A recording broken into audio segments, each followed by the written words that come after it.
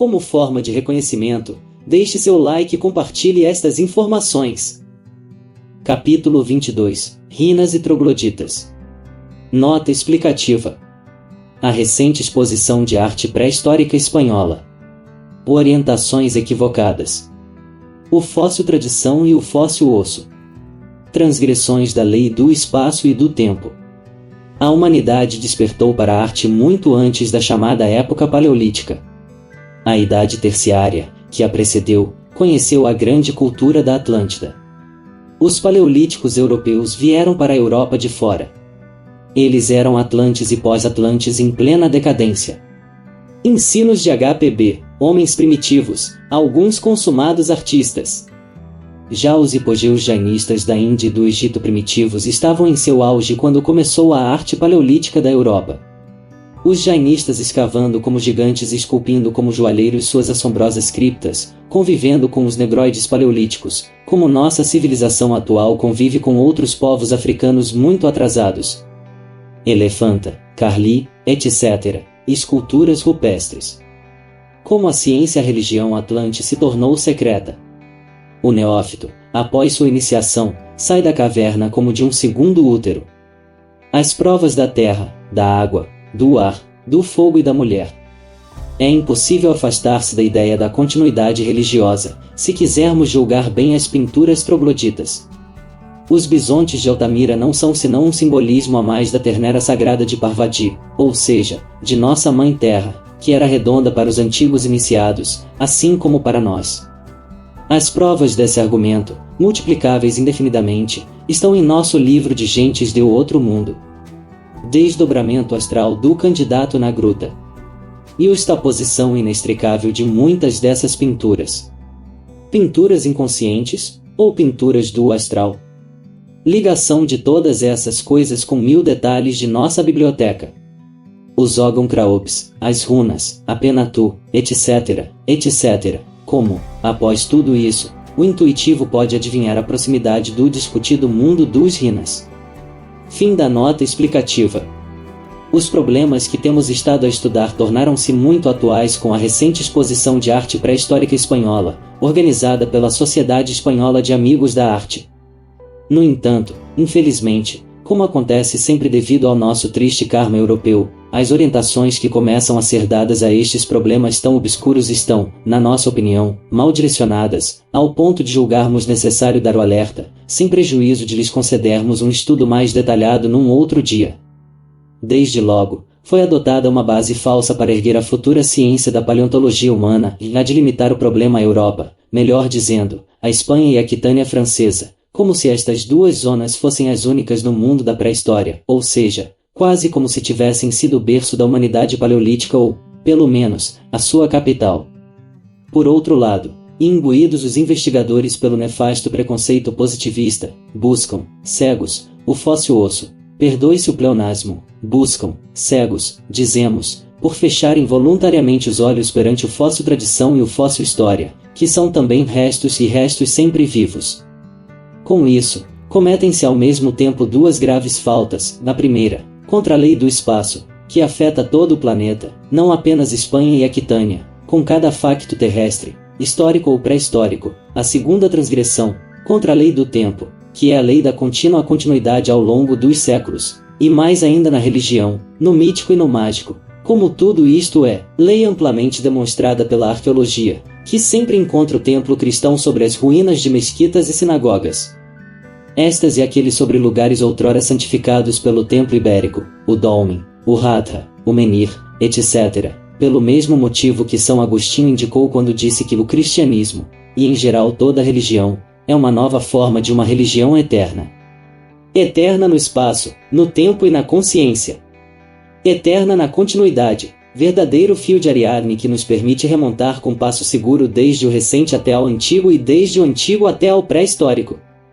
Não censuramos a conduta nobre dos investigadores, que, extraviados desde o ponto de partida de sua pesquisa, começam por analisar o osso ou a pintura que encontram. É um caminho analítico louvável, mas eles, se forem sinceros, terão que concordar que não têm o direito de fazer as sínteses prematuras que já estão planejando, sem antes considerar Os outros fósseis vivos que mencionamos acima e sem partir logicamente do fato histórico-religioso conhecido para o desconhecido pré-histórico, como vamos tentar fazer. Além disso, eles sempre começam estabelecendo uma primeira afirmação absolutamente gratuita, a que é refletida pelas mesmas palavras de abertura do catálogo guia daquela exposição, onde se diz, com o propósito de oferecer reunido, embora em cópias, a arte pré-histórica espanhola e não a arqueologia pré-histórica, nada se expõe das primeiras idades, a saber, a pré-xelense, xelense, a xeulense e musteriense, todas as mais antigas do Paleolítico, o chamado Paleolítico Inferior. O homem do Paleolítico Superior ou mais recente, da raça chamada, de Cro-Magnon e da própria espécie Homo sapiens do homem de hoje, despertou para a inspiração artística desde o início e de uma forma que poucos anos atrás ninguém poderia suspeitar. Esse primeiro despertar da humanidade para a arte em termos pictóricos. Por sermos homens de estudo, não podemos deixar passar estas últimas frases. Não. A humanidade não despertou para a arte nem no Paleolítico Superior nem mesmo nesses períodos do Inferior, todos da Era Quaternária, pela simples razão de que muitos séculos antes da Era dos Glaciares, ou seja, nos 3 períodos Eoceno, Mioceno e Plioceno da Era Terciária, já existia a civilização da Atlântida, cuja catástrofe final, relacionada com grandes mudanças no polo terrestre ou outros fenômenos astronômicos, terminou precisamente com essa era paradisíaca, da qual a tradição religiosa universal nos fala, dando início à triste e fria Era Quaternária. É verdade que o fóssil Eso ainda não o demonstrou, mas o fóssil Tradição o tem arquidemonstrado, e em tal discrepância fundamental impõe-se ao menos suspender o julgamento. A mestra H.P. B., na seção V, parte 3º do volume 2º de A Doutrina Secreta, nos apresenta o problema nestes termos. Ao estudar os problemas da pré-história, surge a pergunta sobre quem eram esses homens paleolíticos da Era Quaternária europeia. Seriam eles aborígenes, ou produto de alguma imigração remontando ao passado desconhecido? Esta última é a única hipótese sustentável, já que todos os homens de ciência estão de acordo em eliminar a Europa da categoria de berço possível da humanidade. De onde, então, emanaram as diversas correntes sucessivas desses homens primitivos? Os primeiros homens paleolíticos da Europa, sobre cuja origem a etnologia não nos diz nada, e cujas características são tão imperfeitamente conhecidas, eram de troncos puramente atlantes e africo-atlantes.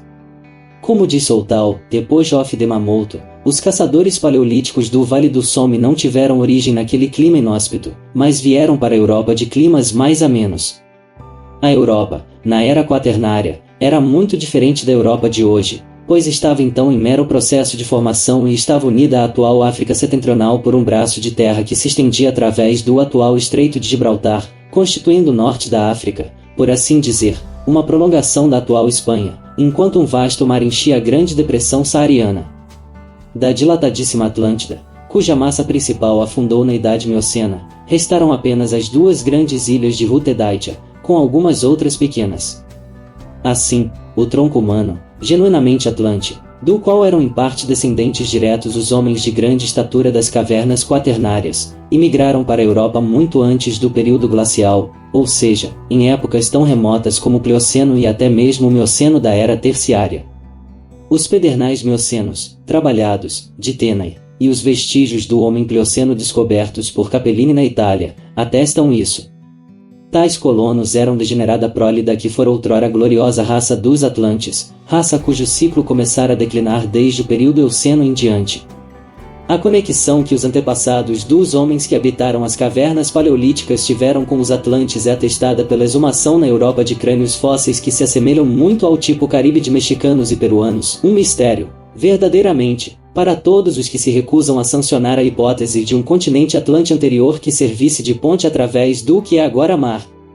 O que devemos pensar também do fato de que enquanto de Quatrefages aponta para essa raça magnífica, os homens de elevada estatura das cavernas de Cro-Magnon e os Guanches das Canárias, como representantes de um tipo, Virchow relaciona de modo semelhante estes últimos homens com os bascos.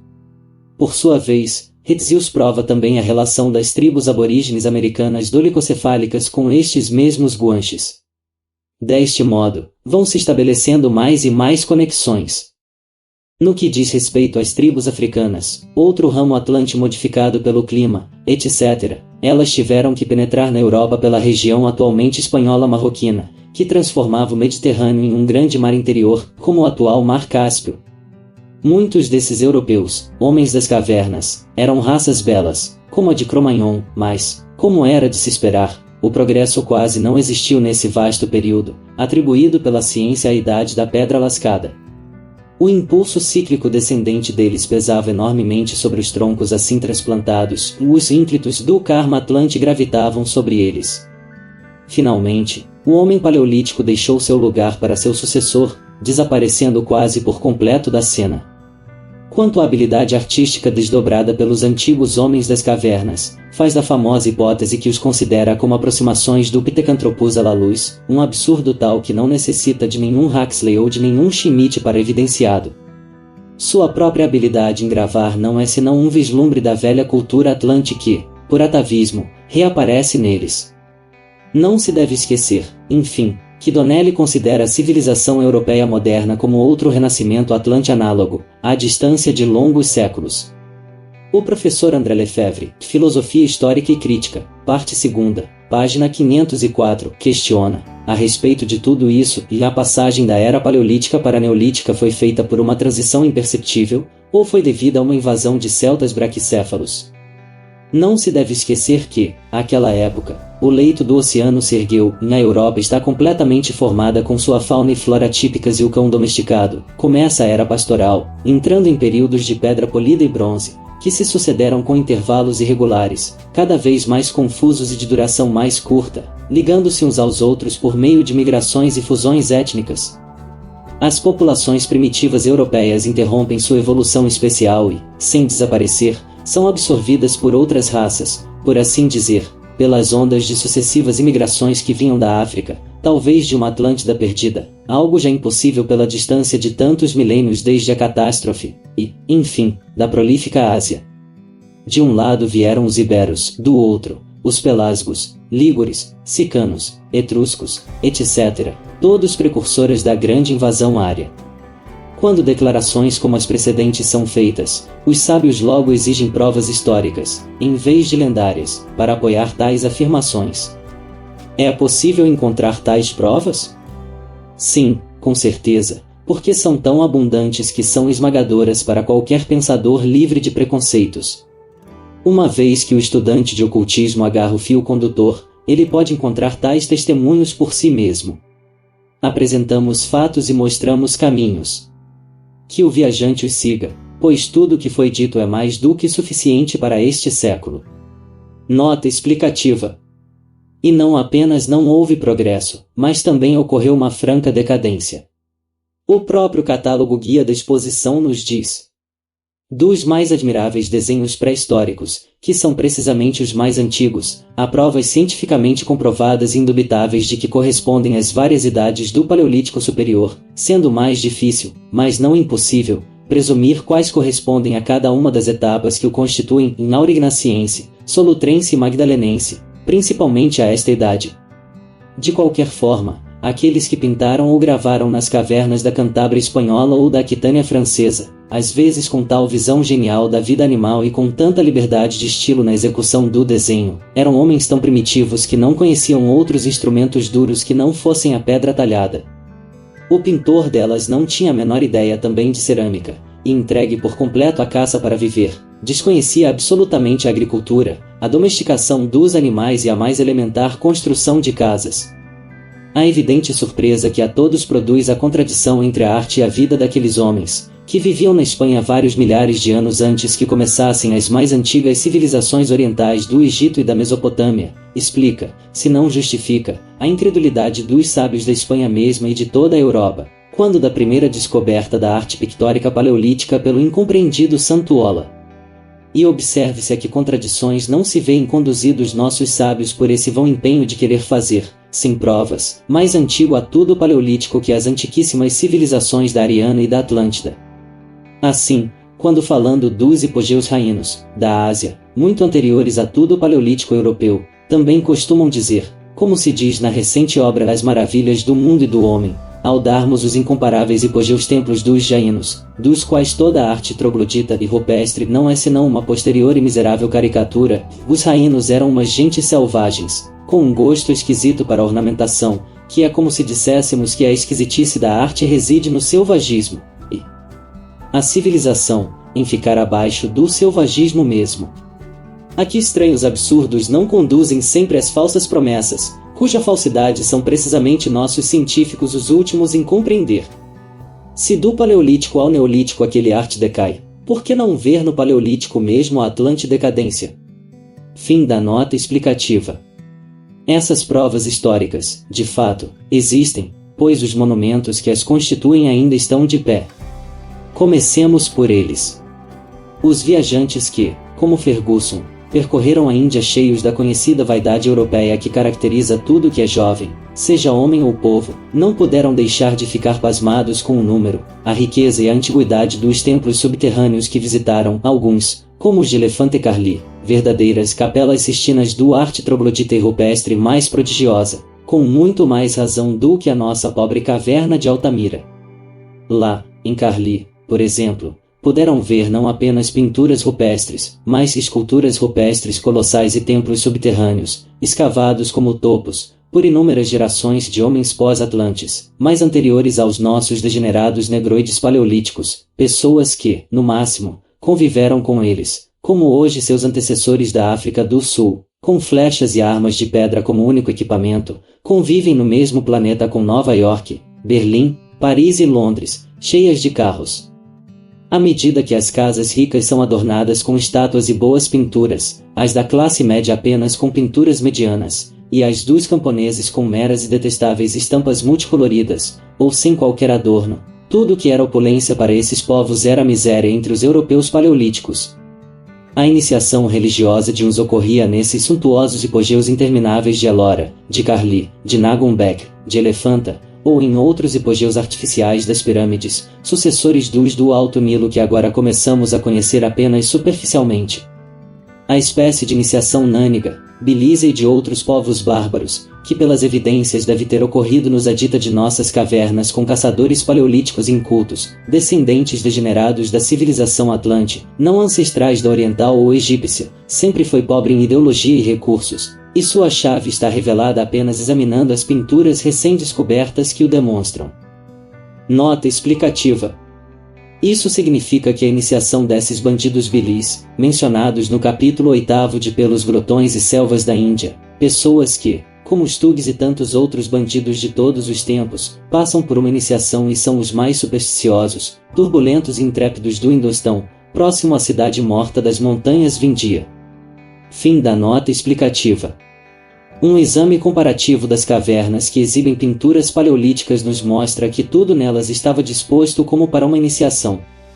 Certamente, a localização delas era sempre a mais recuada e inacessível que se poderia encontrar, seja nos penhascos da crista da montanha ora cabe as cavidades do Monte Sagrado, pirâmide natural, depois imitada pela pirâmide egípcia, ora no seio da misteriosa selva druídica, cheia de terrores supersticiosos, talvez por isso mesmo.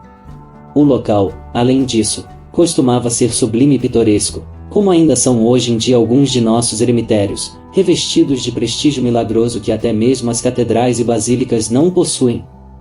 Seu segredo iniciático não podia ser facilmente alcançado pelos profanos, os mesmos apocalípticos terrores da superstição popular os defendiam.